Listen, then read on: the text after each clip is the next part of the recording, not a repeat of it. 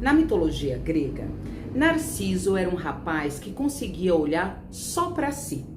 De tão vaidoso, passou tanto tempo olhando seu reflexo no rio que morreu afogado.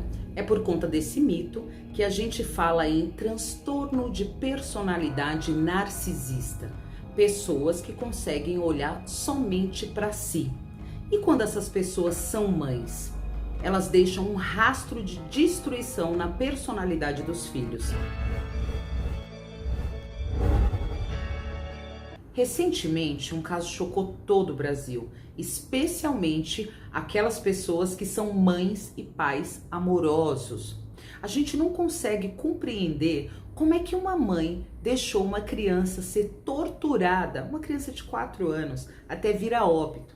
Ela tinha ferramentas para impedir essa execução, além de não fazer nada para evitar o sofrimento do filho, ela ainda foi lá fazer as unhas, cabelos, planejar a viagem. A gente está falando de traços narcísicos de uma pessoa. Acho que isso ficou evidente até para quem não é especialista. Porém, a gente precisa tomar um cuidado.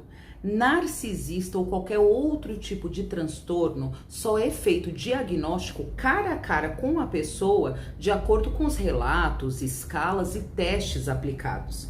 Isso dificulta muito o diagnóstico, porque geralmente o narcisista não vai ao consultório. Psicólogo, psiquiatra na mente do narcisista é só coisa de gente louca. Afinal de contas, ele é maravilhoso, um exemplo de comportamento.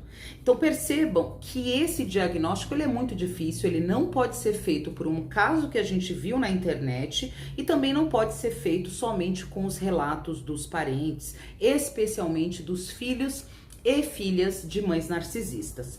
Porém, a gente consegue enxergar esses traços. Quando a gente fala de uma mãe narcisista, a gente está falando de uma pessoa com transtorno de personalidade narcisista. O transtorno de personalidade narcisista não é exclusivo de mulheres. Existem homens e mulheres narcísicos. Pode ser um chefe, pode ser um namorado, marido, colega de trabalho. De todas essas pessoas, você consegue romper vínculo, romper o relacionamento. Mas e quando é a sua mãe que é uma narcisista? Aí a coisa fica mais complicada. Primeiro porque ela vai utilizar do título de mãe para te garantir que você tá louco, que isso é completamente um absurdo e que ela é a pessoa mais correta do mundo. Além disso, existe toda uma pressão social que fala: honre pai e mãe. Não importa os castigos físicos, terror psicológico ou qualquer espécie de brutalidade que haja na sua casa. Então, muitas vezes, o filho de uma mãe narcísica, ele fica se sentindo louco, culpado, injusto, e ele tem a capacidade de criticidade, de pensamento cerceada. As pessoas falam: não, imagina, você precisa, é sua mãe. Então, especialmente tem muitas terapias hoje em dia que falam da importância de perdoar pai e mãe, da importância de ter um bom vínculo com pai e mãe. Porém, esse tipo de estreitamento, quando a gente está falando de uma pessoa que tem um transtorno de personalidade, ele é impossível. Então, a gente precisa tomar muito cuidado e muito critério nesse tipo de análise. Surgiram recentemente vários grupos no Facebook de pessoas que conseguem ver padrões de comportamento narcisistas em suas mães. Esse é um tema muito recente, é um tabu. Para vocês terem uma ideia, só existe um livro em português publicado sobre o transtorno de personalidade narcisista nas mães e o impacto que isso gera nessas pessoas, que é um impacto muito profundo.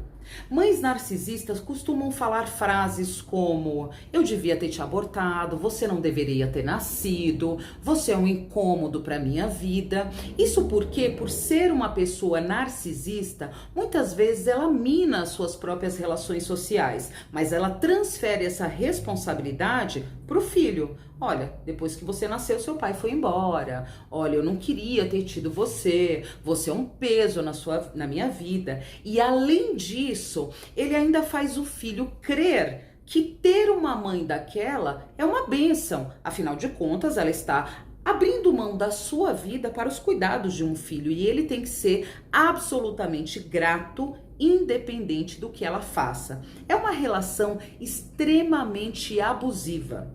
Quando uma mãe tem mais de um filho, uma mãe narcisista tem mais de um filho, geralmente ela costuma fazer intriga entre esses filhos. Um filho é o filho dourado, desde que ele faça tudo o que ela quer. E o outro filho é o filho bode expiatório.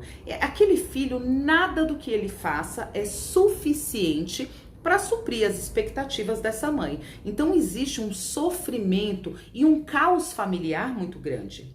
Quando a gente fala em narcisismo, a gente está falando em pessoas que lá no fundo elas têm uma autoestima muito abalada, então ela usa essa capa, essa couraça de eu sou maravilhoso, você não vai conseguir me alcançar. Então ele mexe diretamente na autoestima desse filho. Nada do que esse filho faça é bom ou tão bom quanto o que ela faz.